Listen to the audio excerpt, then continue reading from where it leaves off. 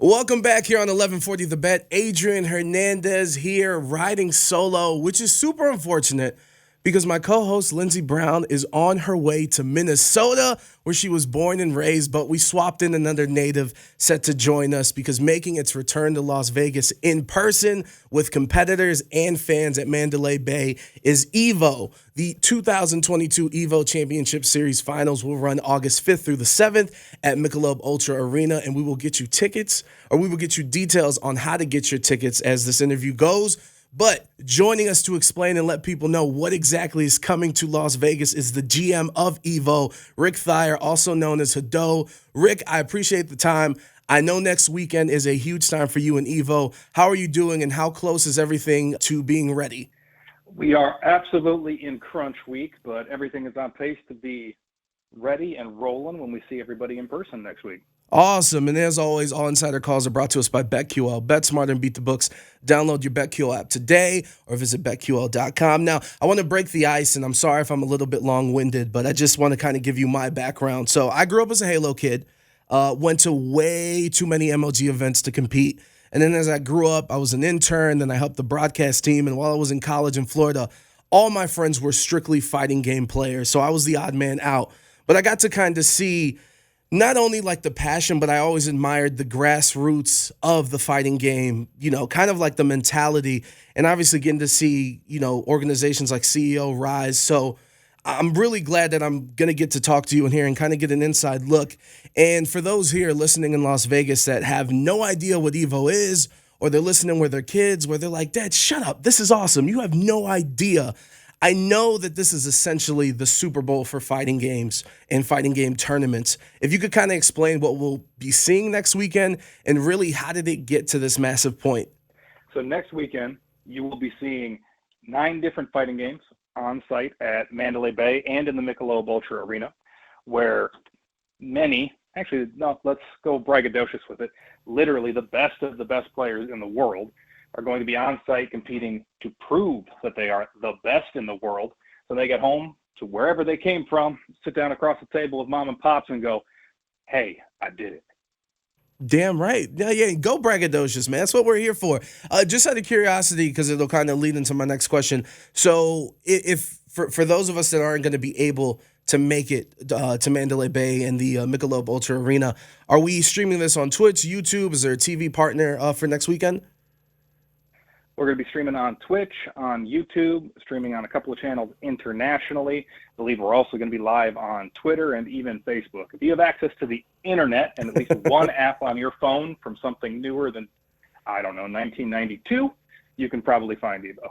And the reason why I asked is, again, from the outside viewpoint, one thing that I've kind of loved from year to year is seeing the amount of tweets about, why is this on my TV screen? Or why is this on my Twitter? And it's kind of dwindled where people are like, wait a minute, this is actually super hype. What and why do you think EVO kind of attracts a more casual audience as we get to watch and showcase not only these games, but these guys and girls that are competing? I think a big part of it is fighting games are extremely straightforward. Even the most frenetic, energetic, bombastic fighting game at the end of the day is about one character on one side of the screen, another character on the other side of the screen, beating each other up until only one is standing. It's pretty easy to follow that even in the most chaotic moments, and I think it's easy to understand when a moment of tension is occurring. And when you're watching a competition, those moments of tension, those moments of, is this going to happen? Is this not going to happen? I think that's a big part of why we watch. And fighting games are as many of those moments in 99 seconds at a time, bite-sized morsels, as any competition in the world can give you. No, 100%. I would agree with that. And just to let you know, I've been one of those forum kids that's been in many arguments with the games I care about, arguing about the competitive versus casual standpoint of certain settings and certain things. And, you and the rest of the team at EVO, you guys have to find that balance for not only the competitors, but for the viewers that are going to be there at the Michelob Ultra Arena next weekend or watching at home. And what's the decision process in making some of these choices? And what's kind of the plan to build this audience as the pandemic's over and we're back to being in person in full throttle? Decision process-wise, I think for us, we're in the interesting space in competitive gaming where fighting games, and Street Fighter II specifically, are one of the oldest ways to compete in video games that exist. And so there's generations of fandoms at this point. You can have a 50-year-old in the room playing with their kids. They're still playing Street Fighter. Same franchises carried through. And so as we approach the event, we want to bridge those understandings as much as we can. So we have one of the largest arcades you'll see at a convention in America on site next week. We have a huge vendor village that's full of developers and publishers and brands that produce products for fighting games as a market themselves, but also just fans of fighting games. You can go get a fight stick. You can go check out Street Fighter 6 that's coming out next year. You can find a guy that handmade a rug of the Tekken 3 logo. That incredible. It's that passion I'm talking about. Yeah, and it's that, I think it's that passion all wrapped up in one space, in one environment, with artisans and industry folk and players and general fans all in one space for the same purpose, surrounded by that communal interest or communal love of the fighting game genre in a way that really can't be experienced anywhere else in the world. And one thing I do want to ask you too, and maybe I'm jaded because of growing up competing in the MLG circuit, and it was Halo, it was Gears of War, and then online it was Call of Duty, and then eventually Call of Duty would then be involved in person. And one thing I've like really enjoyed is, and kind of it's left me like, wow, that is possible. As you said earlier, there's going to be a total of 9 games. You got your Street Fighter, your Tekken, Guilty Gear, Mortal Kombat. What is the process that you guys have in selecting these games, and why is it not kind of streamlined into, okay, you got 1A and 1B. These are the 2 main games with the most money, and this is what we want to showcase. Why is it the multiple instead of like 1 or 2?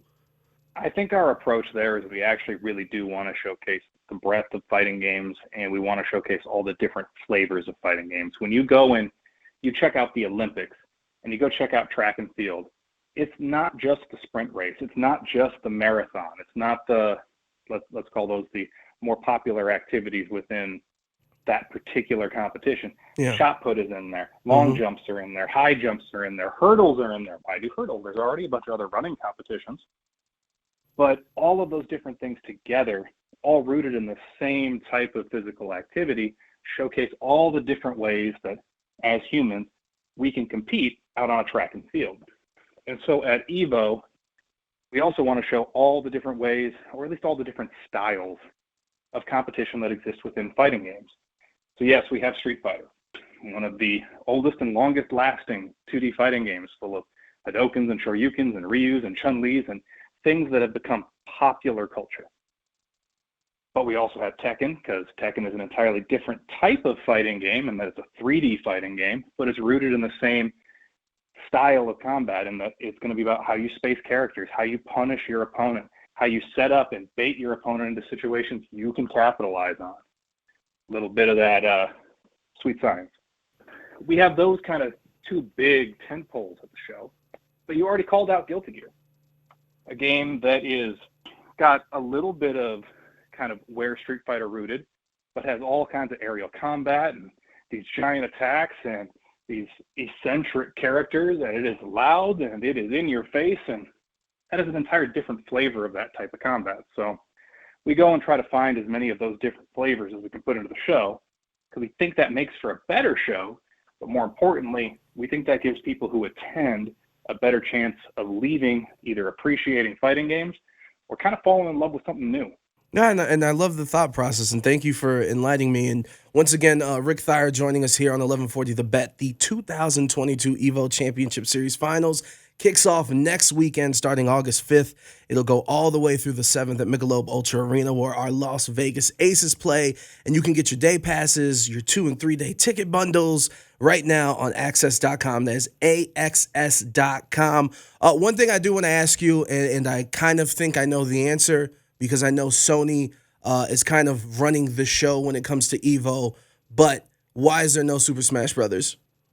it's not really that I think Sony is running the show. It's that every year you go out and you talk to developers and publishers about featuring their games, showcasing their games.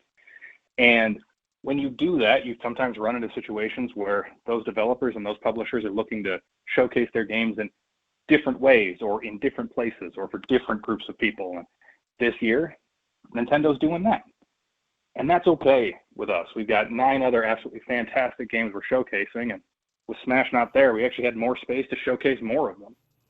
But I also think and hope that as we kind of continue building on the event that we've got, that we're coming back here this year at Mandalay Bay, that we've got what I think is a new and improved arena show at Michelob Ultra Arena next Sunday, that we'll just be working again together in the future.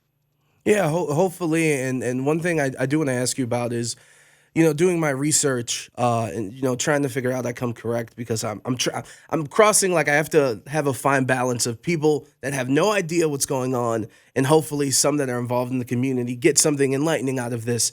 And I was kind of surprised. This is gonna sound weird, that everything wasn't positive during the pandemic. And the reason I say that is because, when you look at articles and this, that, and the third, if we're all stuck at home, all these places had record number of sales, and everyone's buying DLC and skins for their character, no matter what type of game. So I'm just wondering, how difficult was it running these tournaments? And obviously with online fighting games especially, you cannot have lag and things like that really distort the competition sense of that. So kind of talk me through the process of the pandemic leading up to now, where finally we're back in business in person.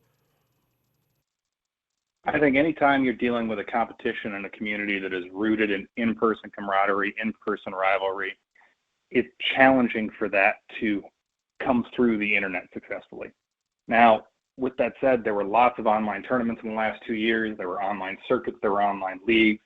There was a ton of stuff that helped fighting game fans stay together and stay excited. And what I've seen as we get ready for this upcoming show is there is a ton of feedback from people where this is their first show, where they discovered fighting games because they were at home during the pandemic, because they were sitting there discovering Dragon Ball Fighters, because they were big Goku fans, and sitting around at home, popped up PSN, hit the store, and was like, oh, there's a Dragon Ball fighting game. I should check this out.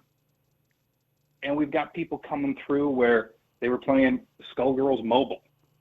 We've got people coming through who, because a bunch of the tours had to run regional products, in part because the netcode is not necessarily good enough for that lag-free play that you're talking about when you're trying to go coast to coast or country to country, found someone closer to home that became their training partner, the person they talk to about fighting games. And if you get into fighting games far enough, you pretty much learn a whole new language. So finding those other people to talk to on a regular basis about it is incredibly important. So as we come into this show, we're trying to stay conscious of all of those new attendees, because for the legacy attendees who are really showing up for that high-level competition, that meeting of friends, that opportunity to watch players from Korea play against players from Mexico, to maybe both lose to a player from the UK, EVO's got that part on lock. That has not changed. But for everybody that's new, we really want to produce a convention experience and a tournament experience that welcomes them into the community in a way where, if we circle back to that generational fandom we talked about some time ago here on this call, a couple generations from now, they're bringing their kids. No, 100%, and that's kind of the beauty of it. And obviously, what EVO's been going on since 1996, right? Forever and a day, man. Yeah, so it's definitely a legacy of whether you want to call it esports or I prefer competitive gaming. But before we get you out of here, I kind of reached out to the community. It was scary asking people questions on the internet, but I got a couple good questions from fans, so I want to run through these. And thank you again, Rick, so much for the time. First question, someone wanted to know, are there any plans to run tournaments in other regions of the world, or doing more than just one Super Bowl event, which is going to happen next weekend in the EVO Championship Series finals, but doing other in-person events and kind of like a circuit, as we were talking about before? So EVO's definitely done that in the past. Back in 2018, 2019, for instance, there was EVO Japan. We have talked a lot about what EVO can do and what EVO should do. So those conversations have certainly happened. For now, particularly coming off of 2 years of not having the event, we are laser focused on next weekend. From there, we'll find out. Awesome. How have you seen fighting games evolve? How have I seen fighting games evolve? Well, fighting games started with a bunch of people in an arcade with a bunch of quarters trying to just kill time. And fighting games are now at a point where the competition around them is so large and so popular that I have a job. So Well done. Congrats. I think that, I mean, iteration after iteration of these games, they come out every couple of years, and we get people who are refining specific types of fighting games, people who are experimenting with new types of fighting games. We're just seeing a genre figure out just how far it can go. And I don't think that's going to slow down at all. Community's done nothing but expand since I got here, and it's been a while. And as you see things grow and evolve, someone wanted to know. Obviously, we're a new generation where we're swingers now. We can play this game on PlayStation and Xbox, and crossplay is a thing. Do you think as some of these fighting games come out that don't feature crossplay will hurt them in the general long run, like in terms of accessibility or even like being viable for a tournament like EVO? I don't know if it'll impact viability in the sense that wherever a game is played and a game is popular and a game is good, that's worth EVO's attention.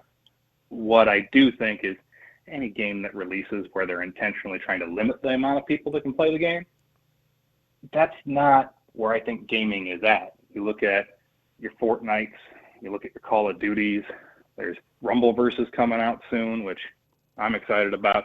These are all games designed around reaching as many people as possible, because when you're rooted in competition, you need as many people as possible. It takes time and effort to get to a high level in these games. Not everybody's going to put in that time and effort. So you better have a big pool of people to find those diamonds in. And Rick, final two questions. Number one, what determines prize money for these games? All the games at EVO are built around the number of attendees that are in there. It's a just competitor-driven pot. Gotcha. And then my last question. You tweeted out the numbers. 9 different games are going to be crowned champions, or someone will be crowned champions in those 9 different games, rather. 63 different countries will be attending. This will be the first time that this will be run in person. Where is you guys as a staff's excitement level? Although, like you said, it is crunch time, so I know you guys are trying to make sure everything's ready. And what can people here in Vegas that are considering going or have never been, what can they expect when they walk in to Mandalay Bay for next weekend? Anybody who's never attended can expect a community that spans 63 countries, that really crosses the world, all together in one spot, focused on a single activity and a single genre fandom, where you're going to have the noise level that comes with thousands upon thousands of people competing. You're going to have the vendors and retail stores that come with anytime you have that many people in one location. You're going to have 8 stages in a room that all are presentation screens, giant projectors, big audio setups. So when you hear somebody actually land a super move in one of these games, it can rattle the bones a little. And then come Sunday, we will literally have 4 games in a row in an arena with an entire arena spectacle and presentation, where we will crown champions from a pool of competitors where that is legitimately a life goal. They are putting the time and the effort in to be the best and have understandings about these games and understandings about how people play these games that I can't even pretend to fathom. Well put. That is how you sell some tickets, man. Rick Thiher joining us, general manager of EVO. And Rick, I want to thank you for the time. Good luck next weekend. I look forward to getting to see the action in person for my first EVO. Hopefully we can meet in person. And again, we appreciate the time, Rick. Happy to stop by. And just because it's always good to end the radio on this, tickets are on sale today at access.com. There are actual specialty deals coming through these radio interviews, and go find yourself a way in. It's going to be worth your time. It's going to be worth your money, and you're going to find something new to fall in love with. Yeah, absolutely. Rick, thank you so much. And like he said, EVO is next weekend. Get your tickets at access.com, AXS.com. And as always, all insider calls are brought to us by BetQL. Bet smarter and beat the books, and download your BetQL app today or visit BetQL.com. Coming up next, it is the last segment of the show, last segment of the week. And yes, we haven't got to everything in the sports world, but we will. Don't trip. We look back at it coming up next. It's 11:40 The Bet.